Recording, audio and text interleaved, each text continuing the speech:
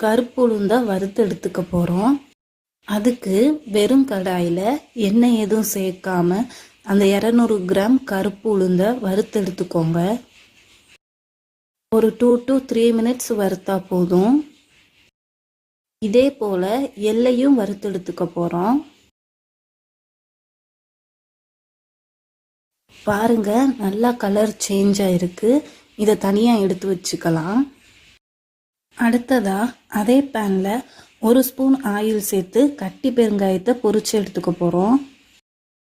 கட்டி பெருங்காயத்தை தனியாக எடுத்து வச்சுட்டு அதே எண்ணெயில் வத்தலை வறுத்தெடுக்க போகிறோம். எள்ளு பொடிக்கு தேவையான எல்லாத்தையும் வறுத்தெடுத்து வச்சுக்கிட்டோம்.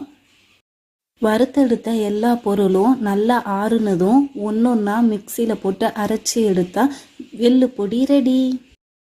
ஃபர்ஸ்ட் வத்தல், கல்லுப்பு, பெருங்காய